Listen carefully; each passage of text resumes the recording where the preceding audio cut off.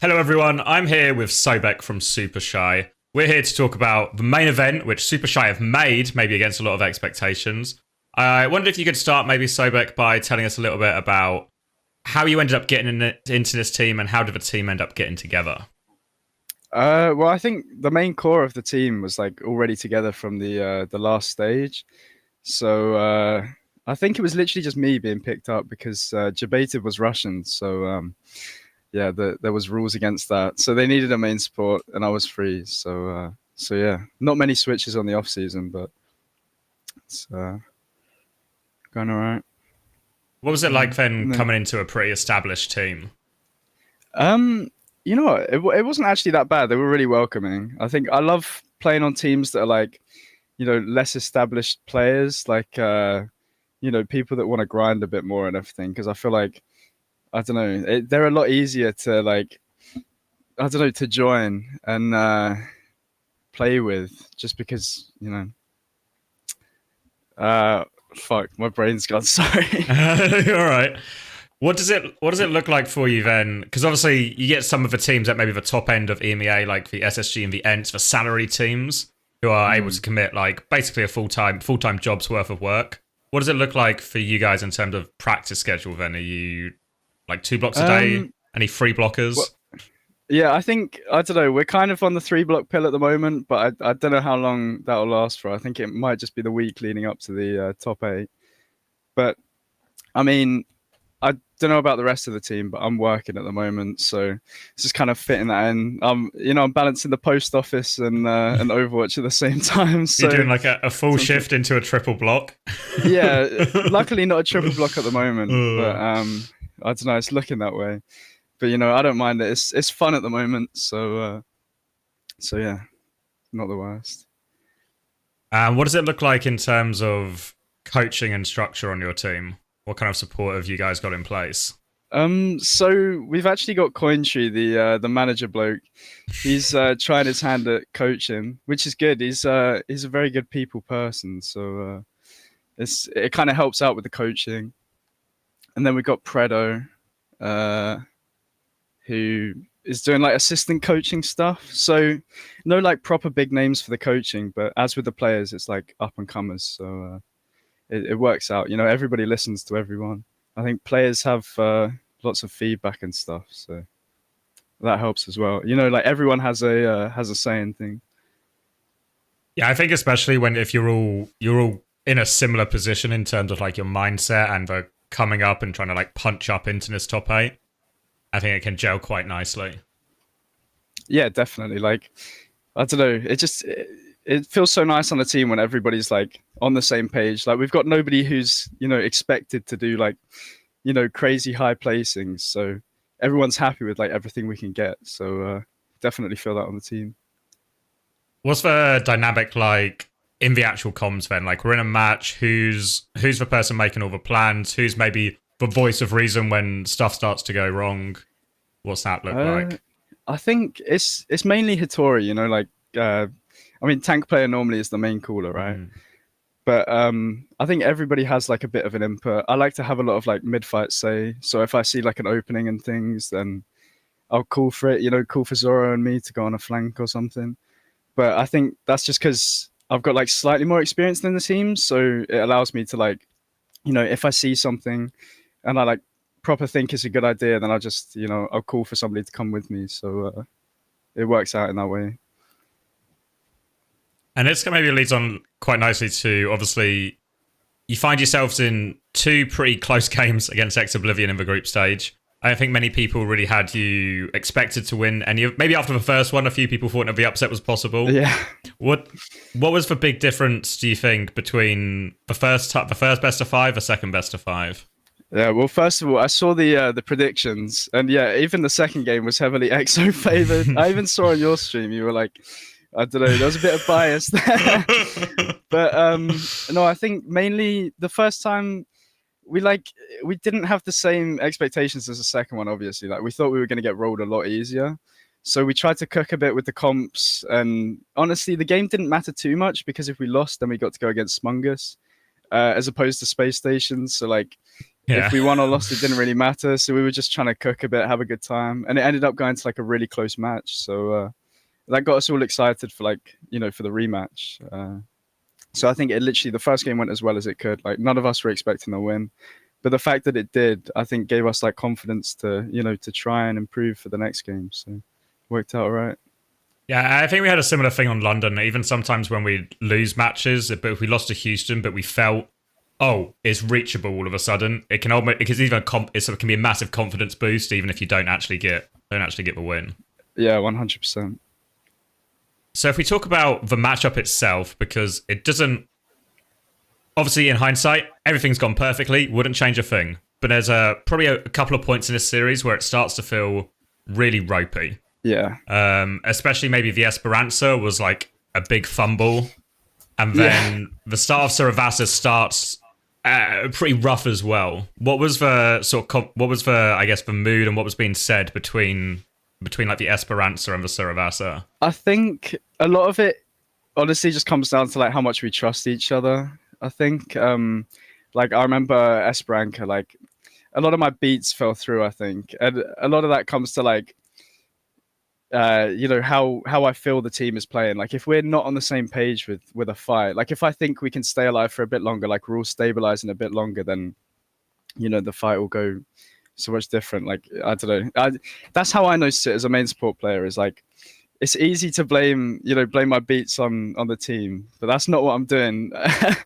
I just mean that it's quite a judge of like how on the same page we are is how I use my beats, and I feel like Esperanca didn't get a single good one off, I think, because we were just all over the place, didn't have the trust for like when we were pushing, when we were stabilizing, we're just out of sync. I think that's the main thing. Yeah, I wanted to ask you as well, because I think it's true with, I guess, all ultimates, but I think especially with beat, it's such a judgment ult in terms of the difference between a good beat and a bad beat can be very small. Yeah, a lot. And I think as well, a lot of Lucios suffer with if one beat is bad, it makes the next beat more likely to be bad as well, and you can end up sort of overcorrecting or undercorrecting, and you end up in these weird situations. It felt like you personally had a rough time on Esperanca, but then solved it in the later maps. Yeah, definitely. What do you think the difference was? Was it just the team coming together a little bit more, or was it how do you sort of manage that sort of pressure internally of like, oh, a few of these have been a bit dodgy. I need to not do it again. I mean, I definitely realized like, what was going wrong. I think half of it was like, how the team was playing, how, it comes down to trust. Like, I don't know, half of it was trust. Half of it was just me, like, needing to correct like how I was using it, when I was using it. I think I definitely fixed it a lot on Suravasa, but I still had like a dodgy beat where Hitori was high HP, but I thought it was going to take a lot more damage. So it's like, it's things like that. It's like, do I think my players are in like a good enough position to survive, or do I think they're going to like instantly die? And it's like a split-second decision. So it depends on like, how in tune I am with how my players are playing. Yeah, I think I know Astro's talked about it before about you have to try and beat as you always would, regardless of is it going a little bit worse or whatever. You still need to try and make just like normal decisions despite all the pressure and everything like that. And then once we get to Shambali, well, it starts to almost look easy. At some points, we sort of clutch through the attack and then end up with a full hold as well. Is there a point in that Shambali then, especially maybe after you cap, like where you feel like, oh, maybe we've actually got them here? I think first point was really rough because they were doing a really good like spawn hold, and our spawn hold sucks so bad. So we knew we weren't getting any time on the defense off. But we still played it really cleanly. Like they got off so much time, but the fact that we managed to cap first, although it was a bit shaky, when we got past first, I was like, you know what? Second's going to be a lot easier. I mean, it wasn't, but we managed to get through it. And then the Malga switch as well. That was something that Cointree said before. Was we noticed how they struggled against Twisted, and Twisted were playing a lot of Malga. So we were like, if we need to switch things up in overtime, like just come back as Malga. And it worked out, and it carried us through to the third point. And at that point, we were like, we've seen so many first holds on this map, like it's not even out of the questions. So we were proper confident that that we could at least get, most of the clock off on first, if not full hold. So. Well, yeah, it gives you such a nice advantage where you don't need to. You can really worry about winning the map. So as long as you just get like X number of fights in good locations, you can make it really tough for them to actually. Yeah, exactly. So they can make a full cap. It's such a like snowball map, or if you don't snowball, then you're on the back foot. Like it's so difficult, especially after first. Do you feel then, because I also felt watching it, I don't know if this is just like the nature of watching and an underdog win, it felt like suddenly Pac has a really good game, Zoro's going off, Hitori has like a monster performance all of a sudden. Do you think this performance was an overperformance to your average, or do you think this was just we've actually always been this good, we're just now trying to get a chance to show it? Honestly, like a month ago or something, I would have thought it was like an overperformance because I saw this team play against Twisted where they took a map off them in OWCS, and I was like, maybe they're just having a lucky game. But since joining them, especially like, there's so much like frag potential and everything. Like I remember playing versus EXO that first time on Junker City when we were playing a bit, jokingly with the comps and things like. I don't know, when we thought there was a lost fight, like we'd still go for it. And like my team were just trading off and we were winning fights off, lost fights just because of trades and things. And at that point, I think I was just like, I got so much faith in my team to be able to, like carry these fights that, you'd think are unwinnable just because, not even just mechanical skill, but there's a lot of that, but, decision making and things, I think they're really, really good at it. Was there much of a change between the sort of the 2 weeks of groups then as well? Because obviously the patch came out, and I think for most teams it didn't really change anything. It felt like you guys maybe played more Orisa in the second week than the first week. Yeah. Was that anything to do with the patch, or was that more just a... I actually don't know. I think again it was probably like Cointree cooking something up. But even like Ram, we were leaning towards a lot of Ram for some reason. I don't know if it was just for EXO, but Ram, like I don't know. Yeah, I can't even remember what we played like on Oasis. I think like mostly monkey comps and stuff. So I think we definitely. I don't know, definitely switched it up a bit like comps wise, but it seemed to work out in the end, so not bad. Yeah, it feels like everyone's starting to lean towards very much just this full Orisa in 80-90% of situations if it's not like a very particular type of map. So what do you think has made the meta this way? Why is everyone now leaning towards the Orisa versus anything else? I actually don't know. I think Orisa's just a jack of all trades. Like she really just does it all, I think the only downside of her kit is, like high ground presence, but you've got Lucio and stuff. Like even if you want to take a high, just speed up there. I know that's probably like a plat take, but with Lucio being so strong, like, having a tank that's immobile like Orisa, like it doesn't have to be just because of the speed boost and everything. Like you can play the hero in any way. Just really, really versatile. And we've got a lot of value out of like Orisa ult pulses as well. Yeah. Which seems to work out somehow. I don't know why other teams aren't doing it more. It's literally like a grab dragon or something, but it's got like a good 90% success rate. So, it's got a strong ult too. Yeah, because I feel like it was a phase where people were going through it, and then it almost felt like it fell off. Like it was common for like a week or so, or a couple of days or something. Then the next week it had sort of fallen off. I think in reality, it actually combos quite nicely with a lot of ults in terms of like the overclock and stuff. It's like really awkward to play against. It's a really good like fight win ult, and I don't know, especially when Kiris forget to use their Suzu, which somehow happens a lot in EU. So where you obviously now make top 8, and that's an achievement in itself, I think, maybe coming in. And obviously, if I ask you, your ideal expectation would be you win the whole thing and you go to Dallas. Yeah. But there's also there's tiers to this as well. So how far would you have to get to maybe look back at this tournament and say, I'm pleased with that, pleased with how far we got? So at this point, I'm super excited to prove myself, So I don't want to go away with something that's like, I don't want to go out in the first round because that would be quite sad. But I don't know, like losing, we're against SSG first, I think. Like I'm not too fussed if we lose that because that's like, the big fish. But after that, I don't even know who we play against. I think I'm not I think sure how the tournament works, but are you're I think you're against Ents actually first, if I'm not mistaken. oh yeah, Ents, yeah, sorry, Ents. Well, So same thing, yeah, like Big Fish. It's yeah, it's not yeah, much better. it'd Yeah. be nice. I feel like maybe I'd like to be Ents just so we can avenge EXO for Ents stealing Chase. But I don't know. I'm not too fussed if we lose that one.